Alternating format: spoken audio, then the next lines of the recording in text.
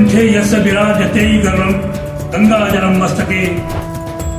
जब बंद होता है केदारनाथ का कपाट, वामांगे गिरिराजतनया जाया भवानी सीता। भाई दूज से लेकर अक्षय तृतीया तक नंदी स्कंद गणाधिनाथ सहित श्री केदारनाथ प्रभु। भगवान केदार की घाटी में कौन रहता है, क्या होता है? केदारांचल सत्तो सप्तम कैसे होती है महाशिवरात्रि को केदारनाथ में आदि शिव की पूजा?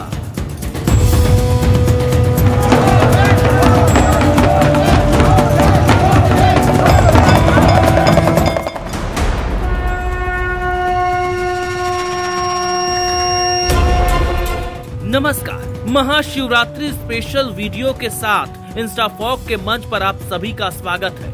ये बात तो हर शिव भक्त को पता ही होगा कि दिवाली के बाद भाई दूज के दिन देश के 11वें ज्योतिर्लिंग केदारनाथ धाम के कपाट बंद हो जाते हैं।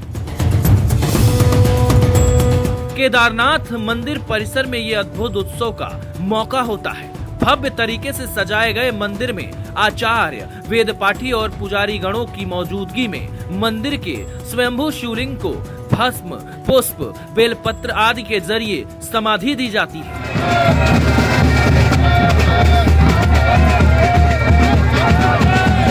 इस पारंपरिक अनुष्ठान के बाद बाबा केदारनाथ को पूरे शीतकाल के लिए उखी मठ के लिए रवाना किया जाता है। पुजारियों के मंत्रोच्चारण, श्रद्धालुओं के जयकारे के बीच बाबा केदारनाथ को पारंपरिक डोली में बिठाया जाता है और आर्मी बैंड की शिव धुन के साथ उनकी यात्रा निकाली जाती है। केदारनाथ से ये शिव यात्रा उखी मठ में खत्म होती है, जो यहाँ से 60 किलोमीटर दूर निचले हिस्से में स्थित है। ऊखी मठ भी सनातन का एक प्रमुख तीर्थ स्थल है, जहां बाबा केदारनाथ पूरी बर्फीली सर्दियों में ओंकारेश्वर मंदिर में अपने अस्थायी गद्दी स्थल पर विराजमान होते हैं। केदार धाम से आकर ऊखी मठ में 6 महीने विराजते हैं बाबा केदार। ऊखी मठ के ओंकारेश्वर मंदिर में केदारनाथ की पूजा करते हैं देवता।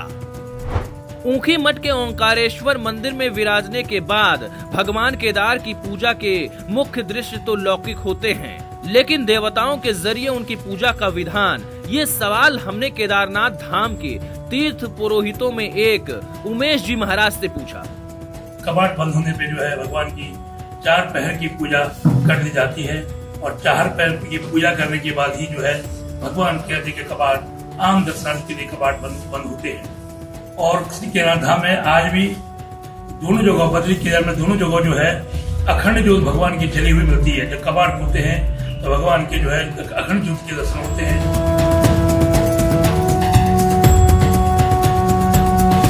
तीर्थ पुरोहित ने जो बताया उस दृश्य की कल्पना कीजिए। केदार धाम से भगवान शिव की डोली निकलने के बाद यहाँ सब कुछ कुदरत के शिव तत्व के हवाले हो जाता है। एकदम वीरान, एकदम सुनसान।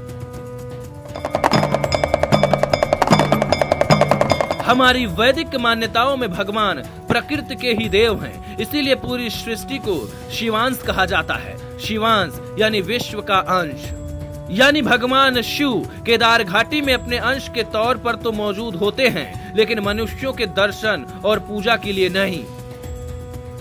बंद कपाट के दौरान भी केदार घाटी के क्षेत्र में कई ऐसी गुफाएं और आश्रम होते हैं जहां सन्यासी अखंड तप की मुद्रा में होते हैं। उनके लिए भगवान शिव यहाँ अलौकिक होकर भी लौकिक होते हैं, लेकिन आम मनुष्यों के लिए केदारनाथ धाम का कपाट बंद होता है। भाई दूज पर केदारनाथ मंदिर दरवाजा तो बंद कर दिया जाता है, लेकिन यहाँ जल रही अखंड ज्योति का रहस्य अपने आप में अचंभित कर देने वाला है। नवंबर के बाद से लेकर मार्च और अप्रैल के महीने में केदार घाटी में बर्फीले तूफान चलते हैं। इस दौरान गिरी पर्वत की चादर कई फीट मोटी हो जाती है। बाबा केदार का मंदिर बर्फ से ढक जाता है, मगर भगवान केदार का अंश यहाँ साक्षात करने वाली वो अखंड ज्योति इस दौरान कभी नहीं बुझती। जब कपाट खुलते हैं तो भगवान के जो है अखंड ज्योति के दर्शन होते हैं और भगवान की चल डोली जो है अपने स्थान ऊखी मठ के लिए प्रस्थान करती है। और उसी प्रकार जिस दिन जो है भगवान कपाट खोलते हैं, कपाट खुलने से पहले भगवान की चल मृगा डोली ऊखी मठ से केदार के लिए प्रस्थान होती है। मई के महीने में जब बाबा केदारनाथ की डोली फिर से ऊखी मठ से केदार घाटी पहुंचती है तो वही अखंड ज्योति उनका स्वागत करती है। इसी दिव्य ज्योति के साथ बाबा केदारनाथ वापस घाटी के मंदिर में पुनर्स्थापित किए जाते हैं। बाबा केदारनाथ के कपाट खोलने की वो तिथि कौन सी होगी, इसकी घोषणा महाशिवरात्रि पर की जाती है। ये तो निश्चित है कि अक्षय तृतीया के दिन जो है भगवान की डोली प्रस्थान करती है। 4 तारीख को भगवान कृष्ण के कपाट खोलते, 2 तारीख को भगवान कृष्ण के कपाट खोलेंगे, तो पहले से निश्चित होती है। लेकिन सिर्फ समय का जो प्रावधान है वो शिवरात्रि को समय बता दिया जाएगा, किस बेले किस समय में भगवान कृष्ण के कपाट खुलेंगे। 2025 में केदारनाथ धाम के कपाट कब खुलेंगे, इसकी घोषणा इसी महाशिवरात्रि यानी 26 फरवरी को होगी। ये परंपरा रही है। इस दिन ग्रहों, नक्षत्रों और अक्षय तृतीया तिथि के साथ इनकी स्थिति के मिलान के बाद कपाट खुलने की घोषणा होती है। 2025 को ये भगवान के कपाट खुलेंगे और कपाट खुलने की जो परंपरा है, भगवान की जो मूर्ति है चल मृगा डोली के साथ, वो ओंकार अपनी गति ओंकार मंदिर से श्री केदार के लिए प्रस्थान करेगी और तत्पश्चात जो विग्रह जो चल मृगा डोली है वो अपने नियत स्थान पे जो है रहती है और फिर भगवान की शिवलिंग की पूजा की जाती है। इसी तरह 6 महीने की वीरानी के बाद बाबा केदारनाथ अपनी दिव्य घाटी में पहुंचते हैं। उनके आने के साथ यहाँ जो रौनक शुरू होती है वो पूरे सीजन में बनी रहती है। देश दुनिया से लाखों श्रद्धालुओं का तांता और श्रद्धालुओं के जप जयकारे के साथ पूरी घाटी शिवमय हो जाती है। ये तो हुई केदार घाटी में शिव के उत्सव की बात, लेकिन इस दुर्गम घाटी में इतना विशाल मंदिर कैसे बना, किसने बनवाया और इसका पौराणिक महत्व क्या है, क्यों इसे देश का 11वां ज्योतिर्लिंग कहा जाता है? ये सारे सवाल अगर आपके जहन में हैं तो हमें कमेंट बॉक्स में लिखकर बताएं। आप केदारनाथ धाम के बारे में और भी बहुत कुछ जानेंगे।